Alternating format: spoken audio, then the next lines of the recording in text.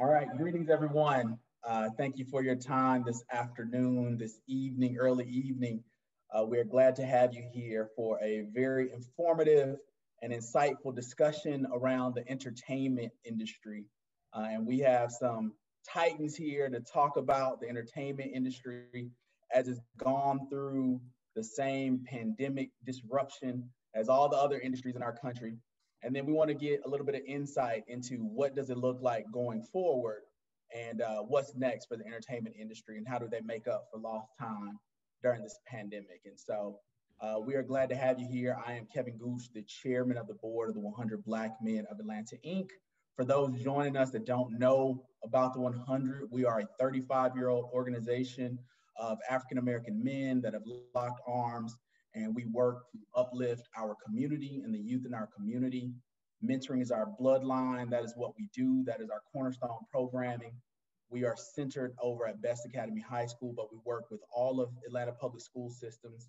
We provide tuition assistance. Just in 2020, we provided more than $160,000 in tuition and other educational assistance to students, in addition to robotics training, mentoring of our young people that are in college, career readiness through our career pipeline program, and other programming and support for our students and their families. So if you want to support what we do, you can check out our website, again, 100 Black Men of Atlanta, Inc. And let's jump into the discussion tonight. We will get started with a brief welcome from tonight's sponsor, and Brother Ben James from First Horizon Bank will bring us greetings from the bank. Then we will do a quick intro with each of our panelists and jump into some Q&A. So again, thank you all for being here with us tonight. I think it's going to be very informative, impactful, and you will learn a lot. And Ben, I will turn it over to you, brother. Thank you very much, Kevin. Good evening, everyone. I'm Ben James. I'm with Iberia Bank, First Horizon Sports and Entertainment Group. I'm honored to be here and support the 100 Black Men of Atlanta and to welcome you all to the post-pandemic entertainment industry What Now panel discussion. For those of you who don't know us, Iberia Bank and First Horizon recently merged and will operate as First Horizon. Together, we are a full-service $85 billion regional bank operating in 12 states with over 130 years in the banking industry. We are one of the few banks in the country that has a dedicated team of experts for music and sports, with offices in Atlanta, New York City, Nashville, Miami, and Fort Lauderdale, which services a client base throughout the country. This evening's panelists are industry leaders, and I've had the pleasure of getting to know some of them over the years. I know you will enjoy hearing from all of them. Without further ado, I'll turn the mic back over to Kevin and enjoy the discussion. Thank you, Ben, and thank you, First Horizon, for sponsoring us tonight. And now let's jump into our introductions. So let us start with Leron Rogers. Why don't you give us a quick intro and tell us a little bit about yourself and what you do? Sure, thanks, Kevin, appreciate you. So I'm an attorney, been practicing over 20 years. I'm a partner at Fox Rothschild. I primarily represent folks in the entertainment and technology space, including musicians, film, television people, technology companies, athletes, influencers, comedians, and just general business deals. My passion is helping clients build and exit billion-dollar companies. So I'm excited to be here, and I appreciate the time. Thank you, sir. Let's swing over to Brother Brandon Williams. Tell us a little bit about yourself and what you do, sir. Welcome, everybody. Thank you, Kevin. Thank you, Ben, for sponsoring this. My name is Brandon Williams. I'm the Chief Operating Officer and the Chief Legal Officer for Steve Harvey Enterprises, Inc., which is the ship that is all of the orbit in the world of Steve Harvey. I am formerly, well, I guess I still am, but I'm really a non-practicing lawyer now. I'm more on the business side doing deals. I used to be at a firm called Alston & Bird in Atlanta, Georgia, where I was a partner for many years. And I left there in 2017 and started on this ride, which has been a glorious one, and it keeps getting better. So I'm happy to be here. Thank you for everybody for having me, and thanks folks for attending. So this is dope. I appreciate it. Thank you, sir. Brother Goins, tell us a little bit about yourself and what you do, sir. Well, thank you, Chairman Gooch, for organizing and putting this panel together. We'll try our best not to embarrass you in one of your last events that you're having on your presidential duties. We appreciate your leadership and vision and all you've done for us. So I'm Jonathan Goins. I'm an intellectual property attorney. I've been practicing for 18 years. I'm a partner and co-chair of the intellectual property group at Lewis Brisbois, one of the top firms in the country, based in their Atlanta office. I've been with them for 8 years. It's been one heck of a ride. I continue to do both transactional and litigation related matters in the intellectual property space. And it just so happens because IP is so entrenched in a number of industries, specifically including new media and entertainment. I have the opportunity to get a chance to do quite a bit of work in the entertainment industry with clients, current clients, in fact, ranging from NBC Universal and other corporations to talent such as Janelle Monáe and even Blake Shy Carter, a songwriter in the country space.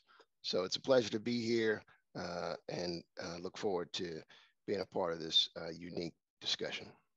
Thank you, brother. And last but definitely not least, Brother Rose, tell us a little bit about yourself.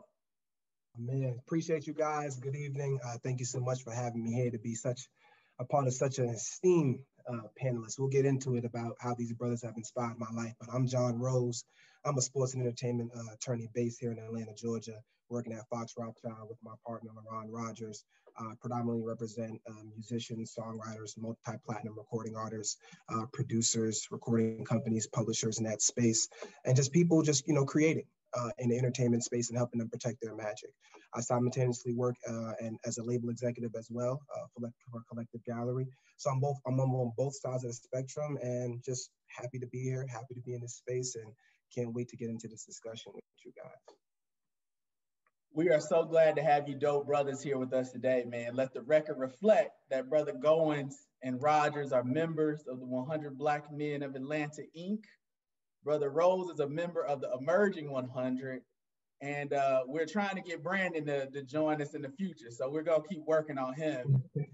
But me and Brandon go way back to Austin and Bird together, where we used to grab lunch 3-4 times a week together and just try to keep each other from jumping off the ledge someday or flipping over a desk. So you have some great brothers that are certified, and I know they're gonna have drop some gems on this in this discussion tonight. So gents, tell us a little bit about your day-to-day activities. And let's start with, our 2 Billboard Top 100 music attorneys and Brother Rogers and Rose, and then we'll swing around to Goins and get to you, Brandon, about just sort of your day-to-day activities. Yeah, I mean, so, at this point in my career and life, most of my day-to-day activities are client relations. I spend probably 80 to 90% of my day on the phone with clients, talking through their legal matters, strategizing, and then working with my other partners and associates to kind of carry out what the legal strategy is and vision is for our clients. And so, that can range from, high level structuring of business deals and private equity deals involving the entertainment and technology space to, just reviewing a publishing agreement or music agreements. So it's pretty, and overseeing just about all litigation throughout the country for a number of clients. So it's pretty expansive, but it's pretty exciting. I mean, because no day is definitely the same. So, but I can't do it without, strong attorneys. And Jonathan Goins, we practiced together at Lewis Brisbois, and he was part of the team, so he understands how we rock. And John Rose, I couldn't do it without brothers like him who kind of carry out the day-to-day, the grind. As I'm, high level, he's on the ground running and blocking and tackling for our clients. So yeah, that's kind of what we do. I'll turn over to John, let him give a little tidbit. Yeah. So John, you guys you're sort of the glue guy, the dirt man. You do the stuff that no one else wants to do. So tell us sort of about your day-to-day activities. Oh man, Kev, I'm living a dream right now, to be honest with you. I've been practicing for 3 years, and quite frankly, I speak to a lot of my classmates, and they just have not been able to do the things that I've been able to do, have the experience that I've been able to experience. So as an associate, especially working in the transactional and litigation space, there's days, for the most part, nothing is typical. We're coming in and we're putting out fires for the most part. What deal has to get closed? that day. You know, you might have a multi-million-dollar deals that pops up on your desk that has to get closed by Friday. Unfortunately, that gets, or fortunately, that gets brought, you know, a little bit higher up the spectrum on what needs to get done. And from a litigation aspect, you know, you can kind of time those things out, but long hours, I don't sleep, you know, and I try to make sure that, you know, mental health is important. I try to make sure I take some time to be healthy and to get some sleep, but we're putting in about 18 to 22 hour days a lot of times of the week. So as Leron said, I'm grinding. Fortunately enough, you know, Jonathan and Leron has allowed me, since I joined Louis Voice before joining Fox as a summer associate, to bring in clients. I've been able to build a book, to watch my partners as they do their client development. And I have to figure out not only how to you know, be that associate and grind, but to do client relations as well. So a lot of my day does consist of speaking to clients and being in the on the streets, on the ground, and in the studios and what have you, building those relations. And all in all, I wake up every single day just very happy that God has blessed me to be in this space, to learn from just some great mentors and to advocate vigorously for my clients. So I'm living a dream. You met me when I was in law school, my third year. When you was my professor, I told you this is what I wanted to do, and I'm doing it now. So it's possible for everyone out there. Just keep dreaming big. Hey, man, you sound like you had some great legal training over there at Emory, man. Of course I did. Brother Goins, tell us a little bit about your day-to-day activities. Yeah, so I'm in somewhat of a hybrid. I spend half my day originating business, talking to clients. I was on a Zoom call today for an hour with one of my new clients, Tabasco brand product maker, a company based in Avery Island, Louisiana, called the McElhenney Company. Giving a shout out to them. Just got some swag, so decided to put that up. So I'm spending time with them dealing and managing their U.S. domestic trademark portfolio, both in terms of clearance issues, as well as attempting to apply and register for their trademarks, as well as enforcing their trademarks. So because I've been doing it for 18 years, I know the nuts and bolts of how IP works, particularly what we call soft IP.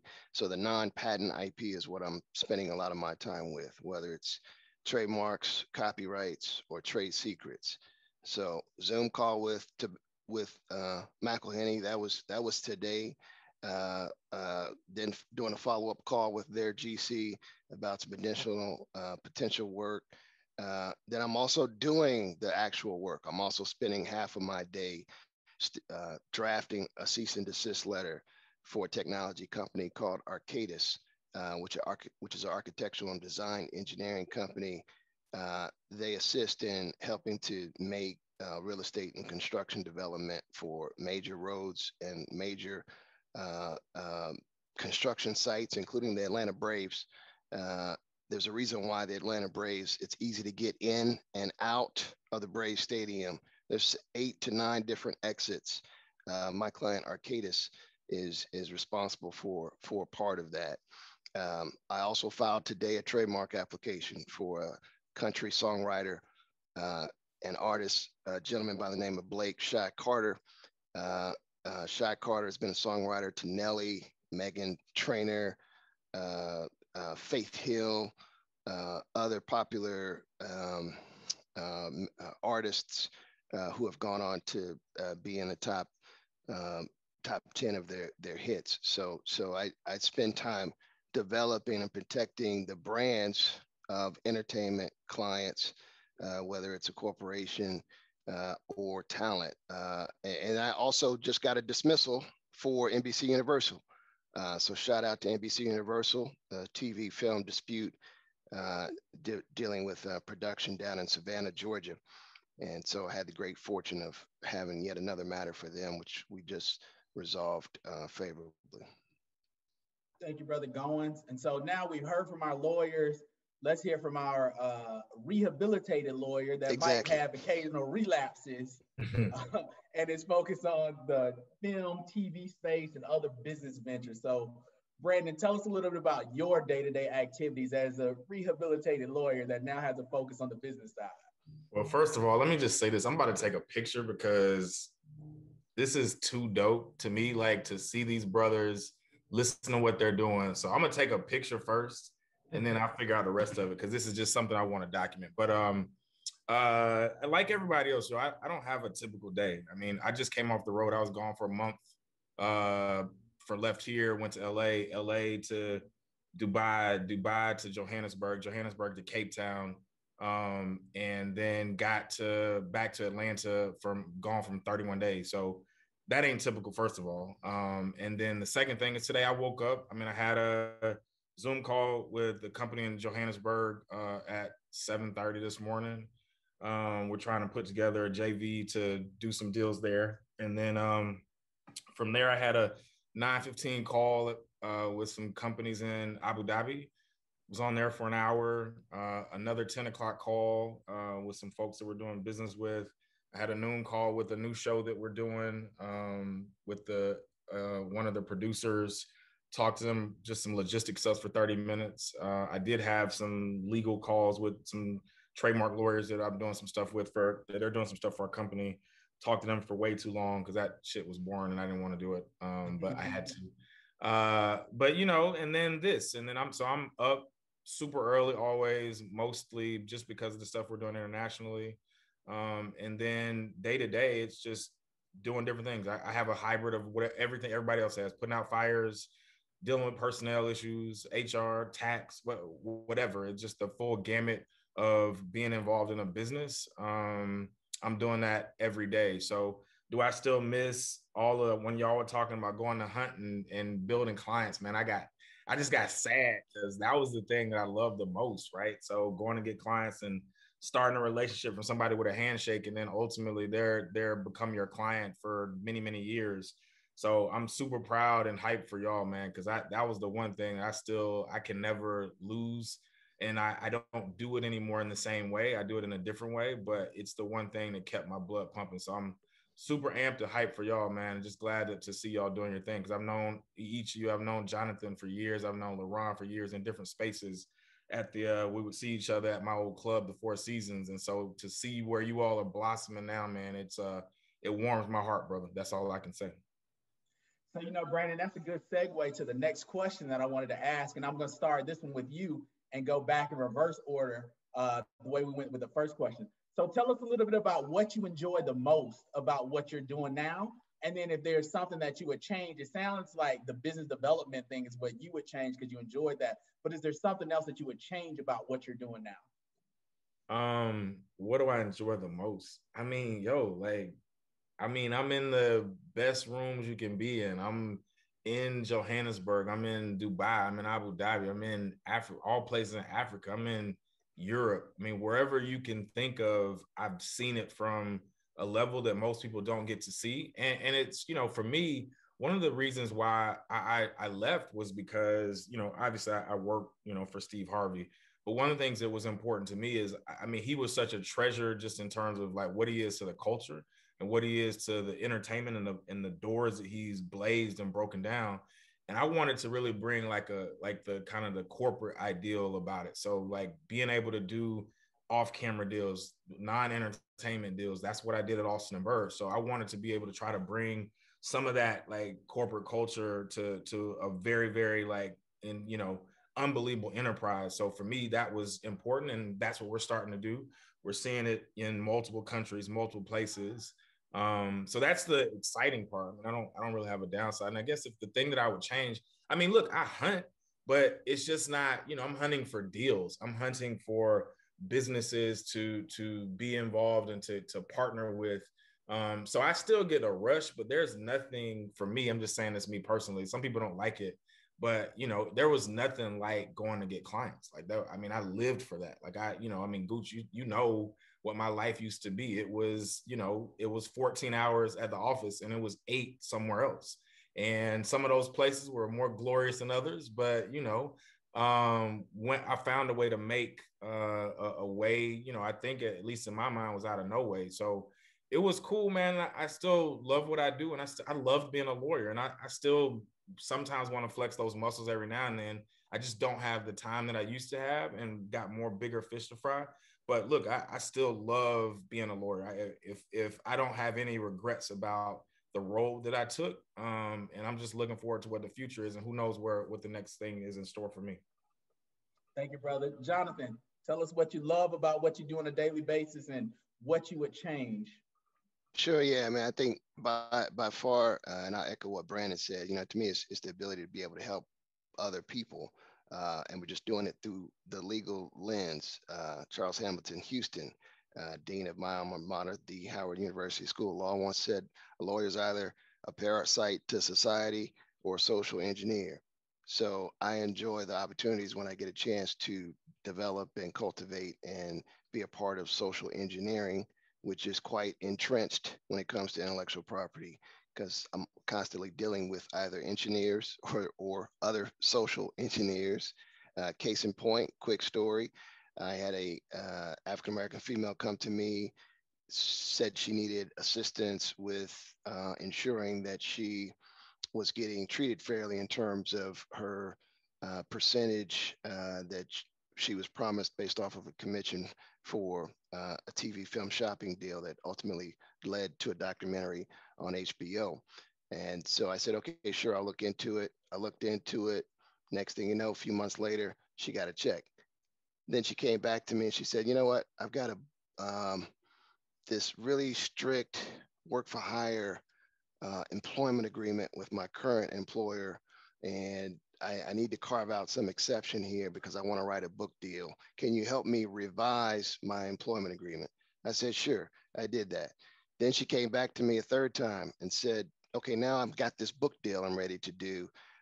Can you help me work through the legalese with the literary agent in New York and make sure that this book deal is fair for me? I said, sure. She came back to me a fourth time and said, now I've got a TV and film shopping deal for my life rights that I want to be separate and apart from my book deal. So I've got my book deal on one hand, and then I've got this TV shopping deal on the other with the former producer for Buffy the Slayer series. I said, sure. So I did that. Next thing you know, she's running for office, and she didn't want anything other than for me to help her with her campaign and just help her support.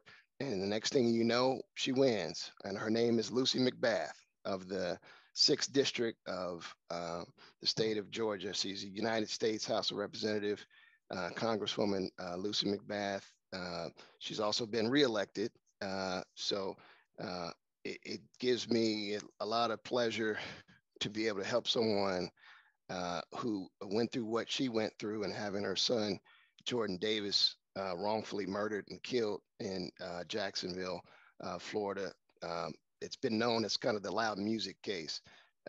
But when we talk about African-American men, Black men that have been randomly had their lives, cut short, given that we're in institutions of law firms that not always give us the opportunity to talk directly to those types of issues, it's great when those opportunities do arise. And quick shout out to my law firm, Lewis Brisbois, and including Scott Masterson, who actually served as law firm assistants to Chris Stewart and others with respect to the civil lawsuit involving George Floyd. That's not something my firm goes around and putting up press releases about, but it's great to be a part of a law firm that's on the right side of just societal issues. Thank you, brother. Rose, talk to us, man. Tell us what you love most about what you do and what it is that you would change if you could.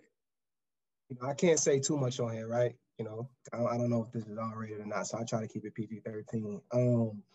But for me, man, I think what I enjoy the most is being a relatable role model or attorney to a lot of these young creators. We work in a space, especially where I grew up, we're not seeing lawyers that look like us. And it's not that they're not out there, it's just where I'm from, you're just not finding it, And when I hop on these calls, I brought in another client today, big guy. We're going to do some great stuff with him. First thing he said is, man, shit, I ain't never met a lawyer. Can I curse on him? My apology. I already did. He said, I ain't never met a lawyer that looked like you, that was young, that was refreshing, that could relate and understand me, but still go out there and fight and be a dog. And I'm consistently hearing that throughout these first few years of my practice. So I think that's what I enjoy the most, being a relatable person to these young creators who are in this space, who are often taking advantage of people that don't look like them. And what I would change about it, I don't, sometimes I feel like I get too close to my clients. Like Leron always tells me, you wear your emotions too much on your sleeves, you divulge too much information. And I don't know, it's a marathon, man. I'm building a family vibe. I believe energy is contagious.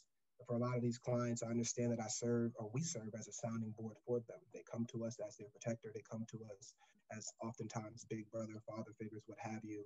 And I get real close to them. And sometimes, you got to separate the facts from what it is, and you can't control the facts. And I often wish that I don't get as close, but I wouldn't change it at all. I'm happy with what I'm doing, with the work that I'm providing, and building these connections with these clients who are doing some amazing things in this space. Thank you, brother. Brother Rogers, talk to us. What is it that you just love the most about what you do, and what would you change? One of the things that just makes me really excited is being able to add value to clients, help them achieve their dreams and their business goals. I have a finance background before I went to law school, so I'm kind of uniquely positioned, kind of unique from some other attorneys, to be able to bring a real, high level finance lens to the legal area. And so I think that's where I really add value. And, our conversation is just different when I have with clients, and we're talking about strategy. And then what would I change?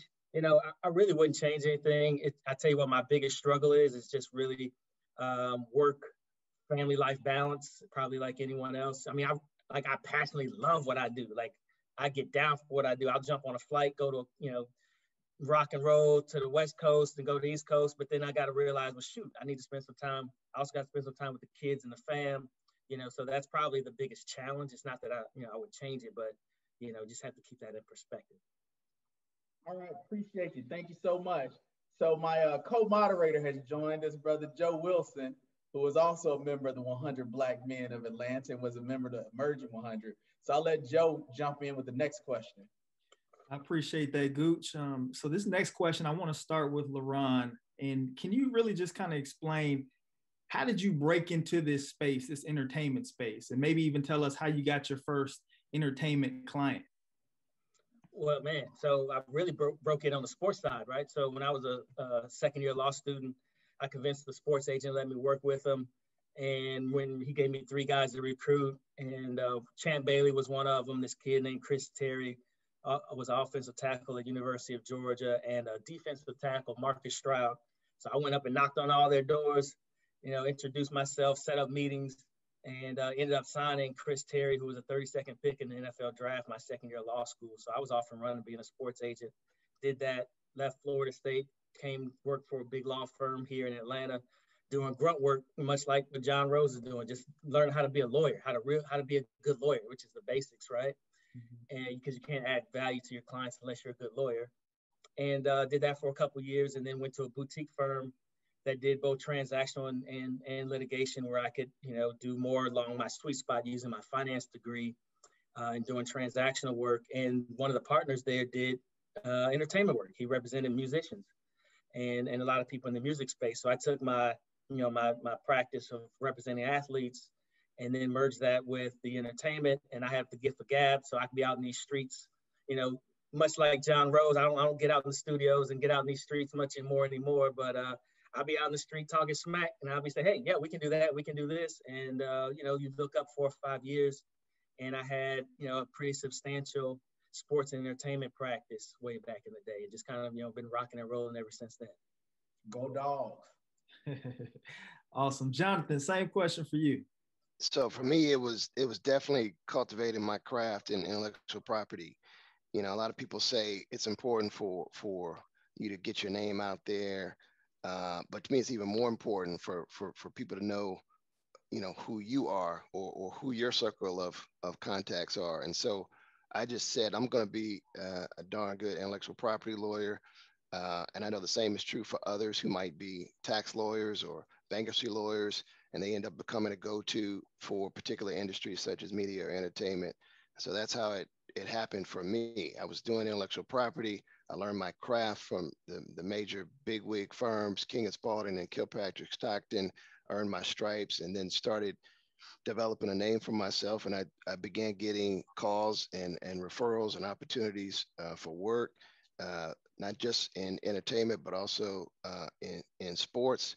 Shout out to David Cornwell, to me, one of the best sports lawyers in the country. And with respect to entertainment, it started with what I still do today, which is the intellectual property clearance. So I've done work for Revolt TV. I've done work for TV One and Radio One. I've done work for NBC Universal. I've done work for the world's largest Summerfest, what we call Summerfest in Leron's hometown of Milwaukee, Wisconsin. Milwaukee World Festival is one of my long-standing clients. And I've got into entertainment through doing IP clearance, where I'm helping companies or talent cultivate their brand, help them develop names and clearing trademarks, slogans, logos. All of these certificates behind me are federal trademark registrations that I've done for a number of clients, and many of them are certainly in the entertainment space. And then, of course, on the litigation end of entertainment, I mean, name me a major dispute or a case involving entertainment that doesn't have to do with copyrights. Almost every, not literally, obviously, but you get my point. I mean, there are a number of underlying copyright issues that are entrenched in the entertainment space. And so I kind of consider myself humbly, with humility, kind of a well-kept secret, because I'm not entrenched in the entertainment industry. And because of what I do, I'm also able to avoid conflicts. They say when you're in entertainment, do you do talent, or are you on the company record label side? I'm both. I'm representing the IP, so I'm whoever needs help with IP, and I'm able to avoid a lot of conflicts in that way. So just advice for the younger folk in the webinar: just stay true to who you are and cultivate what you do. Develop your SME, your subject matter expertise. And if you want to do entertainment, it's going to come to you. Trust me. No question about it. And Brandon, I want to go to you. And Jonathan, thank you for that great answer. Brandon, I want to go to you because you mentioned you started at an international law firm. Now you're an executive for this huge brand. How did that transition come about for you? How did that happen? Yeah, I mean, look, man, I've never said no, right? Like, I've never let somebody tell me what type of lawyer I was or what type of law I could practice. I mean, at the end of the day, man, when I was at Alston, like, I wanted to represent people that looked like me, right? I wanted to represent folks that were brown and that needed like top level legal services. So I stretched and stretched and stretched. And it didn't matter like what the matter was. Like, it's a contract. Like, I mean, who can't do a contract? I mean, it's a deal. Who can't do a deal? Like, I've never been a corporate lawyer, but I was doing more corporate law than anybody in our firm, like outside of like, big time, number one on the point sheet type of folks. So I've just never stopped believing that I could do whatever. That's why I went to law school. I took property and contracts and evidence and civil procedure. Like, what did I take all these classes for if I can't do whatever I want to do? So in that, like, I started, the way that I got into the business was I was just representing people, right? I was representing businesses, and again, they're folks that look like me. So very much like all the rest of the folks on the panel, like, I was out every single night, like every night, for 4, 5, 6 years, just talking to people. It didn't matter where I was at. It didn't matter where I was going. And I would just explain what I did. One representation led to, I think my first entertainment client was T.I., if I'm not mistaken. I don't even remember at this point, but I was doing a business deal for him. And so I've never really been what people would call a true entertainment lawyer in my mind, but like, I'm doing mega entertainment deals day in and day out. And most of that's because I don't ever classify myself. I would never call myself an entertainment lawyer. I'm just a lawyer. Like, I'm a businessman lawyer, and it doesn't matter what it is. If it's a tax issue, I promise you I can figure it out. If it's a labor and employment issue, I might have labor and employment counsel, but I'm guiding them, telling them what I want to do, because at the end of the day, it's a deal, right? It's just people. And so I don't care what the subject matter is. You could drop me next week and say like, look, man, we're going to have these ERISA issues. I promise you I'm going to find a way to get out of it. I'm going to find a way to navigate and never give up. I can read, I can write, and I can talk. So if I can do all those things, at the end of the day, it doesn't matter what the the focus of it is or what the title of it is. But if people want to be an entertainment lawyer, you just got to get in and dig and work, man. Like it is, there's no secret to this. It is, can you get people to trust you? Can you learn enough about the subject matter that you're trying to focus on to be successful in it? And then if you can get out and meet folks and do your thing, hey, you'll wake up one day, you're going to be an entertainment lawyer or an M&A lawyer or a tax lawyer or whatever it may be. But never worry about what the subject is, man. Just be great at what you do. Find a way to be real with people, talk to people straight, be communicative, and then you can decide what it is that you want to practice. Dope, man. Brother Rose, let me jump in here, man. And I know that you knew what you wanted, you set your goal, you went charging at it like a bull, and you made those relationships and those connections, and you ended up in the entertainment space. So let me pivot with the next question. What role did mentors play in your ascension in the entertainment industry and going into the practice of law? Oh man, essential. You know, without my mentors, a lot of which are obviously right here on this panel, I wouldn't be where I would be here today, to be quite frank with you. I first got into the entertainment industry. A lot of people think you have to work for a law firm and get into the entertainment industry. I was just hustling. You know, when I was in my first year of law school, I was out and about meeting people. I started working with a particular creative. I was on tour during my first year of law school studying for finals. I'm on a tour bus getting back, you know, hoping I don't fail the exam. And I did well. Everything went pretty good. But when I got an opportunity to hound, first, it was Brother Goins. He was teaching me before I transferred to Emory at John Marshall. I was taking I believe it was either a copyright or trademark class. And we obviously, you know, it had intertwines of entertainment, but I wanted to work for a large law firm and I wanted to practice entertainment law, and I was relentless. And I figured out how many opportunities that I can do to pull all of these titans that I believe was in the space into one, whether it's a panel discussion or a room or a meeting, whatever I can do to work with them. And then eventually I got an opportunity to work for Louis Brisbois. The first entertainment case that I got was with this brother right here, Leron Rogers. He refused to give me work. I begged him every single day for a case. He said, get out my face. And then eventually one day he said, shit, I ain't stop cursing my car. I got court next week.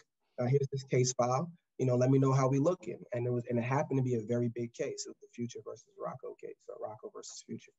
And, you know, long story short, in that case, I ended up finding some things that I believe was very helpful. He thought it was helpful as well. He allowed me to go to court with him. He had a third-year associate that he kicked off the case. I started working on the case thereafter, and we won. And that led me to be able to work, and in addition to working very hard with my mentors, to the next case, which was the 50 Cent Rick Ross case that I worked on with both these gentlemen. And from there, it was off to the races, but it wasn't easy. It was their guidance, their mentorship, them believing in me that provided me an opportunity to be able to excel, and me not sleeping, me not giving up. I went to school, I externed during my whether it was with the Hawks or Interscope or Fox Television. I had a side job with my own consulting firm. I was just not going to stop until I achieved my dream, and there was going to be no excuses. For all the noobs in the building, we know those are tools of incompetence. And they believed in me. When I messed up, they allowed me to redo it. Obviously, there was never going to be, you know, 2 times mistakes, but I learned from my mistakes, and I really looked at them, and I to this day still look at them as family. So mentorship is important. You know, if you're out there trying to figure it out on your own, I'm not saying that you will or that you won't, but it's going to be very difficult. You can streamline the process, obviously looking up to great mentors to have that blueprint before you to walk you through your day-to-day steps, and you could be in the position that I'm in right now with great mentorship. I, to this day, picked up that torch. I mentor people across the nation. I have so many mentees, I don't even know at this point, but I love all of them, and I'm trying to do a better job as these brothers did right here. And, you know, there's a difference between mentorship and sponsorship, but either way, find, you know, both of those and run with it. And when you get that opportunity, don't waste it. You know, I have a lot of mentees who I've spoken to, who I've been able to connect with, who finally got me on the phone. And that was kind of it. You know, I didn't really see the hunger. I didn't really see the grit. I didn't really see the passion. People want to be in this entertainment space. They want to be in it was sexy, it was hot, it was cool, but they don't know about the long hours, the flights to Dubai as Brandon's taking, the missing your family that Jonathan and Leron is doing every single day. You know, the sacrifices that people are making to be in this space. The fact that I only sleep 2 hours a day. oftentimes, you know. It's a lot of work to be in the space. So you get a good mentor, hold on to them, and don't always seek mentorship as well, only in the entertainment space. You know, I've had great mentors, Kevin, Jay Miller, Keenan Nix, all type of great mentors that I have that aren't in the entertainment space, but cultivated me as a great practicing young Black attorney in here and what I'm doing. So yeah, that's how I broke in. That's how I'm here, and I'm not going anywhere either. Yeah. Kevin, I know he was at your door every day, man. Nah, he was, and I was just going to say, you know, to some of the younger professionals, this doesn't have anything to do with being an attorney or not, just being a young professional.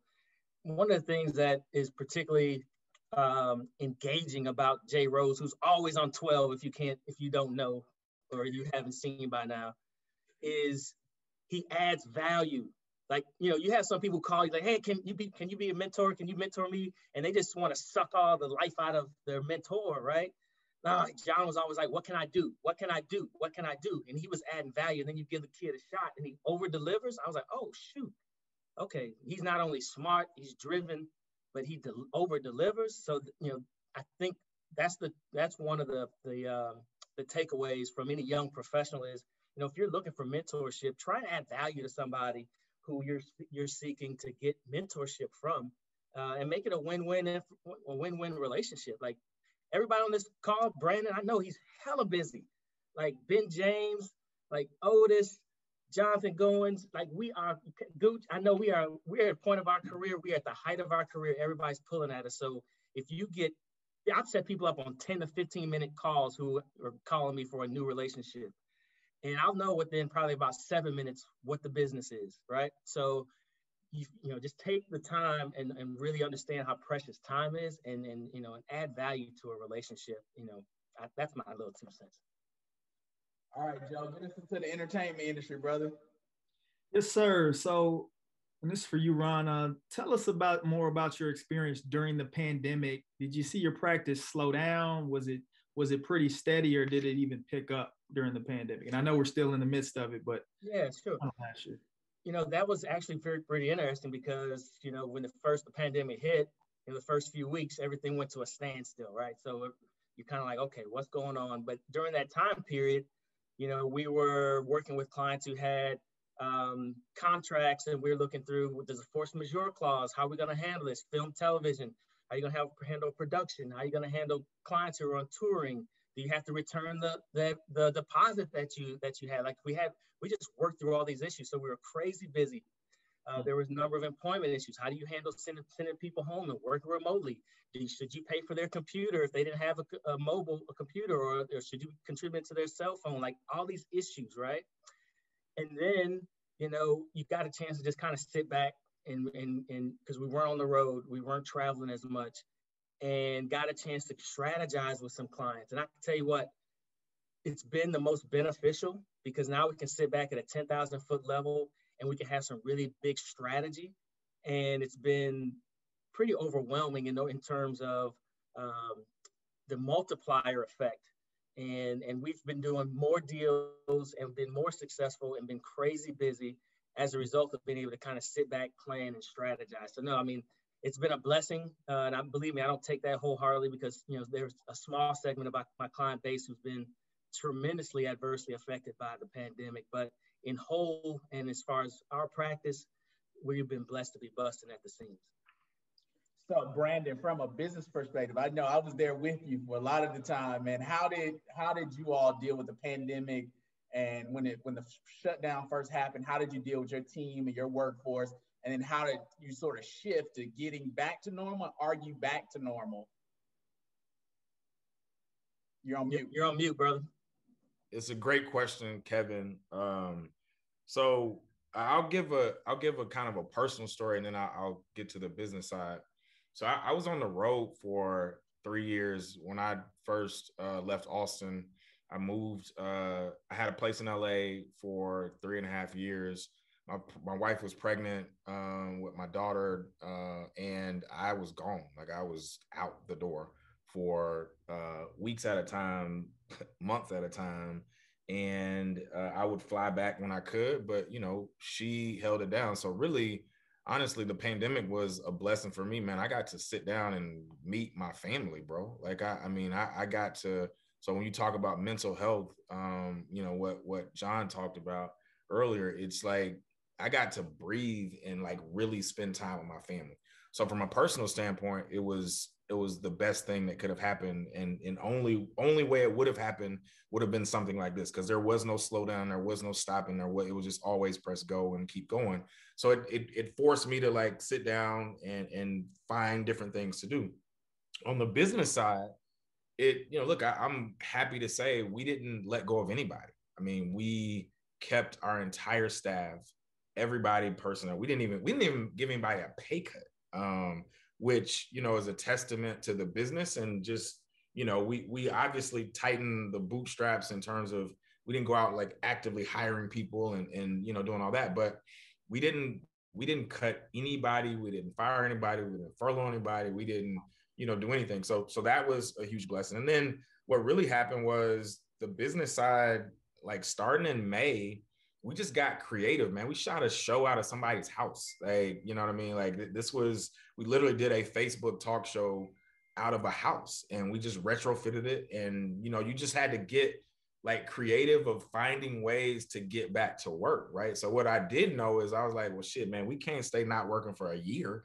So you start talking to producers and production houses and say, yo, what if we did this? If we didn't have an audience, but we had everybody COVID tested, I've probably taken 175 COVID tests. Like, yo, so I mean, I literally, it would take 2 and 3 a day at some point. So it's sacrifice, it's work, it's just hustling. It's trying to make sure I'm on the phone with, you know, the president of Fremantle. She's in London. And I'm just like, yo, how do we get back to work? What do we need to do? Like, what is the insurance company saying?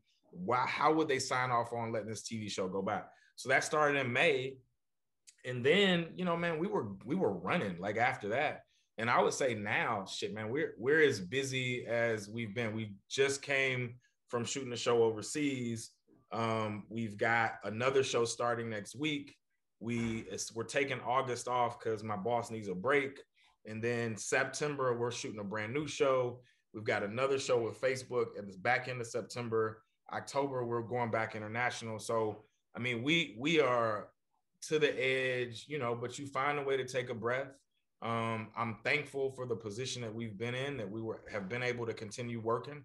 But what I would say is I'm sure the testament to all these other gentlemen is like, most companies and a lot of individual people have struggled, but like most companies have had their best years was during COVID, right? Because you don't have some of the costs, you don't have the flights, you don't have the expenses. And so, you know, I think you have to take it as a blessing. It's been a terrible, terrible thing that's happened to families and to people who've lost loved ones and whatnot. But from a business side, it's been the biggest blessing that we can have. And not only like we had set up all this stuff to be in LA, it's kind of how like God works, right? So I had a place in LA, I was gone. All of a sudden, when the pandemic happens, I get back here like March 17th of 2020. I didn't leave for like 6 months. And then what happens is the industry here, the television and film industry starts to pick up. You've got Tyler, you've got all these studios are picking up. And then we started shooting all our shows in Atlanta. So now the business has moved out of LA. I don't have to travel there no more, not really. And everything's being shot here. So you have to find a way to get the silver lining. It's tough some days. There's some days where you're like, man, I don't know what we're about to do tomorrow. But you know, those first 3 months, I didn't freak out. I didn't panic. I just sort of, this is what it is. And then got creative. And, you know, change is inevitable. And no matter what the industry is, no matter what's happening in life. And so you got to get used to it, embrace it, and find a way to survive. And so that's what we did. And we're better for it today. Awesome. So this next, let me just jump in and add to what both Leron and Brandon said, because I think this is crucial, Joe. I mean, Georgia, even before the pandemic, 2020, the beginning of 2020 was ranked #1 film production state in the country. So then you have all this shutdown, and TV and film production did shut down. And like Brandon said, you then had companies that were still looking to figure out, okay, where else can we shoot if the state of California and the state of New York is shut down? So Georgia has unintentionally or unintentionally, I guess, in some ways, been a beneficiary of this pandemic. So I think there's no irony or coincidence that here we are having a panel of four, gentlemen from, the city of Atlanta. So I think on the company side, we're going to continue to see the benefit in the state of Georgia if we're talking about industry impact as a result of the pandemic. Also, we're also going to see companies that are going to continue digital streaming. They're going to continue to reach audiences through mobile devices. I talked to my nephew through video games, literally through e-gaming. That's how I'm able to talk to him, and he's 18. So we're seeing a generational shift. The baby boomer generation, they're used to staying at home or going to a movie theater. That's how they watch TV and film. The Generation Z, though, and I guess that includes John Rose, they're watching it on their phone or they're watching it through computers. So we're going to continue to see cuts being made on the traditional side. And then in terms of talent in this industry, obviously they've had a huge impact. I mean, what is the one of the top ways that a musician or artist makes money? It's not from releasing a single, it's from concerts. Beyonce, Jay-Z, 2018, their concert tour grossed over $251 million. It's one of the top 10 highest grossing tours of any concert in the world. And that was just a few years ago. So you have just totally gutted that revenue stream during the middle of a pandemic. So then you start seeing talent and creatives do these independent films, or as Brandon is saying, this let's do it out of the house, or let's just go wherever we can. You see Instagram benefiting from this. D-Nice has his followers went from 200,000 to over 2 million, and he's a longtime fan, supporter, and follower of Beasley. So shout out to Beasley, Black Entertainment Sports Lawyers Association, which Leron is the president right now. And talent also had to come up with more creative ways to find alternative revenue streams. I was talking to a musician, artist, actress, her particular brand manager yesterday, and she was telling me how basically, because there weren't as many auditions happening for TV and film, and because there are no concerts for her to perform, then she had to get more creative in terms of developing a clothing line, developing other opportunities to do guest appearances, finding a way to do possible endorsement deals. So for someone like myself who does intellectual property, I've actually benefited quite magically as a result of this pandemic, because I have more time now with creative and talent, because they weren't so busy doing TV and film deals. They're coming and developing logos and trademarks, and they're asking, me, hey, how do I, is this logo clear? Is this mark clear? Is this something that I can develop? So I think there is a silver lining, in a lot of this. And to Leron's point, Ralph Ellison in Invisible Man said, hibernation is covert preparation for an overt act. So we're gonna see, just as much as 2021 and 2020 has been a pandemic, come 2022, it is gonna be complete and utter chaos. It's gonna be pandemonium. There's a reason why music concerts, you don't see the mega stars all lining up doing concerts back to back, right? But come 2022, guess what? They are going to be doing it back to back, because everybody wants to get back to business. We're going to have all kinds of movies being released at the same time or within close proximity to each other. We're going to have so much business in terms of opportunities. And I'm not just talking lawyers here. I'm just talking about the state of Georgia. So long as our governor and the politics can stay out of doing things that interfere and impede with TV and production development, the likes of Will Smith, who's now chose to no longer produce his movie here. So assuming politics can stay out of the way, we're going to see a drastic uptick in even more entertainment in 2022. Woo, Jay Goins did research, boy. Woo, dropping knowledge. No, just learning, brother. Just, picking up things, here and there. Try to keep up with you guys. So to piggyback off of, Jonathan made several great points there. To piggyback off of that, I want to hear from Leron and John about the structural changes to the music business and the concert touring, and what do you see happening in that space as we begin to come back from this pandemic, and then swing around to Brandon to ask about film and TV.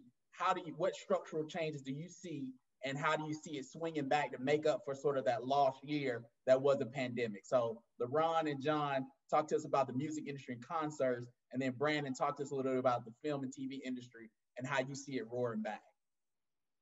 Yeah, so I'll jump in first. As far as the touring, obviously we know that touring just shut down, but that was just one facet of the entertainment and income stream. So music consumption is through the freaking roof, number one. So it really allowed those people who had the skill set and understood digital marketing, how to get their music out there. I've done some of the biggest deals, artist deals, over the past year, because those clients that really understood digital marketing and how to get themselves out there, how to use the different platforms, they've had tremendous success. We've created tremendous leverage and been able to just kill them. I mean, we're talking, nice 7-figure advanced deals for new artists, right? But you have to create that leverage. And so what I've been doing is helping those young creatives to set themselves up to put themselves in the best position for that. But yeah, on the touring side, I mean, I've had some legacy clients and legacy artists who, that was a main source of their income. So we had to sit down and strategize and say, okay, how do I take my brand and figure out other ways to monetize it? And, that's one of the things that Jay Rose brought into some, he had some good skill sets in that regard because he was managing some people. And so he had a lot of brand relationships, even beyond what I had. So when we started strategizing, like, okay, how do we bring in Jay Rose's brand relationships in with some of the other clients that I have and that we have collectively, and create opportunity? And so I'm gonna turn over to Jay Rose and just let him talk about it a little bit. Nah, yeah, I'll second all of that. Quite frankly, I think at some point in time, whether it's late this year or early next year, the concerts, we already seen that starting to pop up. That's going to be one and the same. But what I think that a lot of companies are going to continue to do, or at least have to make that strong decision, is, do we bring everybody back in the entertainment space? Like these labels, people are working from home now, and so like you're saving costs on overhead, but in that same vein, you want to have the company camaraderie. You want to have people come in and touch each other and feel each other, and artists want to pull up to places and tour and see things. So it's interesting to see like whether or not when I'm talking to my label execs, are they going to fully have everyone come in, or they're just going to open up to remain remote? I'm seeing a lot of these NFTs and digital doubles as well. So you have your major artists or even your second tier artists who are at concerts, but they're not really there. They're doing endorsement deals and these product placements, but they're not really there. Are they going to continue to do that? Why do I have to show up for a shoot in Africa when you could just put my digital double there, right? I'm gonna get paid to do that. So it's interesting to see how people are going to continue to be creative as we continue to kind of like, get out the post-pandemic era and kind of shift and just kind of keep things creative. So that's what we're trying to figure out right now. I know for a lot of the content creators that we're representing, I was blown away to see how many people were capturing content, whether it was photography or videography, and not actually being there on set. Like they're literally in their own studio setting it up, and the artists for the labels on the other side of it, and they have their whole setup, and somehow, some way, they're able to do the shoot, and the photographer's not even there present with the artist. So I think you're going to continue to see some stuff like that from a cost saving standpoint from production. If we can save costs instead of flying a whole team out here, but still get the dope content creator we want to shoot with this artist because the synergy is there, I think more labels and touring companies and what have you are going to utilize those services moving forward. Yeah, that's a great segment to you, Brandon. So what are those structural changes in film and TV? I know streaming has taken on like an even greater level of importance during the pandemic. So what have you seen from structural changes, and what do you see going forward? I mean, look, man, entertainment's gonna always win, right? Like, I mean, people are always gonna consume in some medium, some platform. They're always gonna consume talent, and they have for 100 years, and they're gonna do it for 100 years more. So from my perspective, I mean, we're being creative about how we shoot, but you're slowly starting to see everything come back. Less audience, less people. The visual part of it, you would not know the difference. I mean, if you won't know if I'm shooting in this studio or whether I'm shooting in some studio that we made up. So I think television and any medium like that is visible or visual, you're going to see it continue to thrive. The dollars are going to be there. The ultimate answer to all of this is if you are special at something, you are going to get paid handsomely to do it. And whether that's talent, whether that's a lawyer, whether that's a doctor, so that the people who are supremely talented, and there's a handful of them in any of these sectors, whether it's TV, radio, music, anything else. If you're talented, you're going to be found. You're going to get paid to do it. I think there's what you described, Kevin, is there's obviously multiple platforms now. So you've got the Amazons and everybody's in the streaming war, but that's also going to bite. They're going to like consume each other. So at some point the platforms will, they're going to be, instead of being 30 of them, there's going to be 5 of them. And, you'll have to go to a Netflix or an Apple Plus or one of these. But the beauty of it is, and especially for folks that look like us, I mean, look, shit, man, we went through a bunch with Black Lives Matter. And so there's a lot of attention being paid right now to our, what we bring for the culture and what we do. And so folks, right now, you got to take advantage of it, man. Like, and it's this is the moment. If you've got an idea and you've got some talent and you've got an ability to write or perform or do anything, now's the time. If you can't make money right now in this space, then you might as well find something else to do, because this is the time for people to look like us to really like captivate an audience. You got an audience right now, so it's time to take advantage of it. So that's just my 2 cents about it.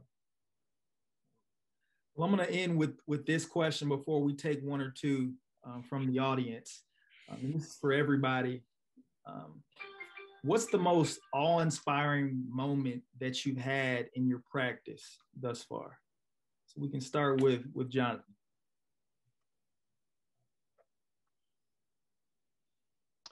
So I think for me, it's so last year in 2020 was actually by far the most, it's been the peak of my career in terms of revenue generated through a majority of which came from originating clients, which is kind of an irony. It's like, how does that happen in the middle of a pandemic? So for now, and I say that with humility. So for me, it's a humbling experience to be able to have success in a very unsuccessful environment. And so the challenge, though, is to answer your question, Joseph, and the reason why I'm struggling with it is because I try not to look at life that way. The minute I stop and try to smell the roses and be thankful and try to just enjoy and bask in that gratitude, you have a tendency to be able to, look back in the rearview mirror. And because we're attorneys, any of us could speak to this. You're constantly being driven and you're driving to do more with less, to create even more successful results, to repeat. Oh, great. You won that Second Circuit appeal. Let's do it again. And so there's for me, it's been gratifying to have personal success in an unsuccessful year in terms of societal environment. And you're right.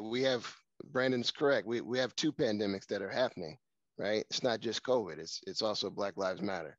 And my brother is a retired police officer. He's a sergeant for 27 years with the Louisville Police Department. So I know intimate details about what happened to Breonna Taylor. It's something that's we had to continue to push and find ways. There's been an increase in surge in corporate citizenship, and I think that's great. And we got to just continue to make more dots connect. between entertainment, corporate citizenship, personal responsibility, and accountability. And so I'm, humbled and appreciative to be able to have some level of a modicum of success last year, and now looking forward to obviously repeating it this year and many more to come. And then lastly, I'd say, it's been great to mentor. I've enjoyed mentoring John Rose. I'm glad he's continuing to prosper. I look forward to continue to see him shine. And I think, as Kamala Harris, our vice president, has said, and this has been a Black cultural vernacular saying for many decades. I remember my grandmother saying this, it's okay to be the first, just don't make sure you're the last. So I take intellectual property seriously, and I'm looking forward to continuing to cultivate and train other Black IP attorneys, and happy to be general counsel of the National Bar Association, the oldest African-American bar association in the country, with over 100 African-American attorneys, judges, professors, and law firm, academia and law students. So we just got to keep pushing and keep the faith and keep moving forward. Ron, what about you? What was the question, Joe? Yeah, what was the most awe-inspiring moment that you've had in your practice? Oh, wow. Maybe not one moment, but I can tell you one feeling, right? It kind of carries throughout the practice. And that, when you have clients that come in and they have a potential deal or some situation that's on the table, and, being able to use my combination of my expertise and background to say, let's think about this differently. And let's plus size this. If we, I understand what they're offering, usually money, and then what you're giving. But if we think about this differently, we may be able to create a win-win, a longer-term success plan, where maybe we can get some equity. Maybe we can, restructure a deal to where it's not just a regular, typical deal, but we have the potential to make many, many times more if we do what we're supposed to do. And we actually help that brand or company grow. And, I've had some fun in doing that, and that gets me excited. And to see the client's reaction, right? So they thought one thing, and then by the time we get done with it, it's a multi-million-dollar play now. And, for them to be like, oh, snap, really? Like, that's what we got? Like, that's a beautiful freaking feeling. And to be able to do that on a multiple basis is exciting. Awesome. John, what about you? For me, I'm inspired every day, Joe. You know what we do and how much work we put in. And when I heard this question, I'm over here, I'm leaning back and I'm thinking what would my answer be? And I think there's probably only 2 times outside of just being frustrated, 2 times in my young time practicing law where I was brought to tears. And I think if I'm brought to tears, then I must have been inspired by something, right? And the first time it was in 2018. We had just won, Leron and Jonathan and we had just won the 50 Cent Rick Ross case. It was such a contentious case. Big Worm from Jamaica, Queens, representing Rick Ross, having grew up idolizing 50 Cent, not really knowing whether or not, while we believed in our position, what the outcome was ultimately going to be. It was a great case. Winning that case right around my birthday time, I passed the bar exam. I'm at Beasley, I'm walking on the beach. And it was just all those emotions came to me where I really felt like I had arrived, or I was in that space. I was with a bunch of Black attorneys that looked like me, that worked at amazing places. And, I don't know where I was. Maybe we were in Panama or Cabo or something, but all those emotions for me, man, just kind of hit home where I felt like I had really, like God had given me everything that I had wanted. If I would have been done that day after that, I was good, so that was very inspiring for me at that point in time. And then most recently, it was my mom's birthday. I don't get to see my family as much, but I went home to celebrate with my mom and all, everyone. This was like maybe last week or 2 weeks ago. And we were all back home, and my mom kind of pulled me to the side, and it was one of those very few times where I was able to just pay for everything and just make sure everything was good. I just felt like I was that person in the family, like I've always wanted to be. And she just, fell to her knees in tears, and she was just like, the whole city's been talking about you. Every time I go to work, you're all over the place, and I'm just so proud of everything you've done. Since you was a little kid, you always said you wanted to do this, and that's what it's about for me, you know, making her proud. So that's been very inspiring to me. And I guess that's pretty much it. Cool. Brandon William, with you. We'll take a question from the audience. Yeah, I mean, Joe, I'm. It's hard to answer that question.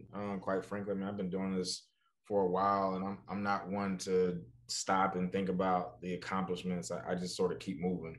It's been something I've been since I was, 5 years old. I don't have any plaques in my wall. I don't have any degrees. I don't keep anything. Anything that's historical for me is gone. Like if it was yesterday, that's my own like personal belief to keep things moving. I believe in celebrating everything, but I just personally just keep going. But one moment that I do hold dear to me is, I got a call from Steve in the end of 2018. He called me. I was in Los Angeles or something. And he said, "Listen, I want to do television in Africa," and like hung up. I mean, I'm like, didn't say how, didn't say why, didn't explain anything. I mean, literally, he's told this story before, and I didn't have a clue. I had never been to Africa. When I talk about the places that I've been, some folks will ask me, well, when did you start going to Africa? Well, 2019, and I've probably been 15 times since then. But what the reason is it means so much to me is because, one, it was a dream of his, quite frankly. And so it was a vision that he gotten from God and something that he was super interested in and believed in. And two, it was like, everybody was like, y'all are crazy as hell going to do television in Africa. And the experience that I got, the people that I got to meet, and literally it was me on the phone all hours of the night for months at a time, going to Johannesburg, flying to Ghana, going to, Egypt for like multiple trips, 15, 16, 17-hour flights, not sleeping. You can't sleep. You get somewhere, you don't know where you are, finding a way. And then you got to get a business deal done and you don't know anybody or anything. How do you do television in Africa? And so when I say those things, I learned not to say no. Like I'm open to the experience. And so then when you see it all happen, and I remember the last day we were shooting, he and I were walking, by ourselves, and he was talking. He said to me, "This is who I knew who you were. I knew this is who you were." He was like, "I saw you years ago at Austin Bird." And he was like, "Today is who I knew when I knew this is the guy that I saw 5 years ago." And so for me, that was like, from a phone call I got from 6 months ago, a year ago, everybody on the way told us we couldn't do it. I was literally by myself with my young kid from Morehouse, Tabidi Stevens. So we talk about mentoring a young kid, super successful, super talented, but like dragging him along the way. Like, and us two brothers going halfway across the world, and not just going halfway across the world, but going to Africa, yo. Like, that's some stuff you can't write. You can't even write a script for that. And figuring out, like, when people tell you, no, it's just a testament to everything that we do and how we do it, and not stopping, not giving up. Nights where I'd be like, man, my wife would be like, "Where are you?" I'm like, "I'm in somewhere in Ghana. I don't know. Like, I'm flying somewhere tomorrow." And, but then to see the product, right? And you look at it on the screen or you look at it on YouTube, you're like, this is a dope ass show. And it literally wouldn't have happened, not because of just me, but if I had said at any one point in time, like, I'm not doing this, I'm tired, I'm sleepy, then that dream doesn't happen, right? That thing doesn't get fulfilled. And so when you hear all these folks on this panel talk about the times, how tough it is and how hard it is, but it's gratifying, right? Like, there are moments when you will stop and look up and say, this was really, really amazing. And, I'm really doing some dope stuff. So for folks that are listening, like, none of this stuff is easy. None of it is simple, but you wouldn't have it, and you wouldn't be able to have that tear on that beach if the shit didn't hurt, right? Like, if it were easy, I mean, whatever, like, then it's a whole bunch of people that are happy. Like, it ain't easy. And so, if you understand that part of it, that's the gratification. It's like, it's going to be tough. It's going to be difficult. Now I'll end with this one more tidbit story. So I had just made partner at Austin Bird. I was one of the youngest partners. I think I was 31 years old. And I was complaining about, like, just oh my God, like this is just hard. Like this is just whatever. So I'm in one of my mentor's offices, one of the, you know, finest lawyers in the country, but number one on the point sheet, $15-20 million book a year. And I was complaining for like 10 minutes, and he sat back in his chair and he said, Brandon, it's just hard. And that was it. It's just hard, period. He said, to sit in this seat is hard. He said, so you complain about that seat?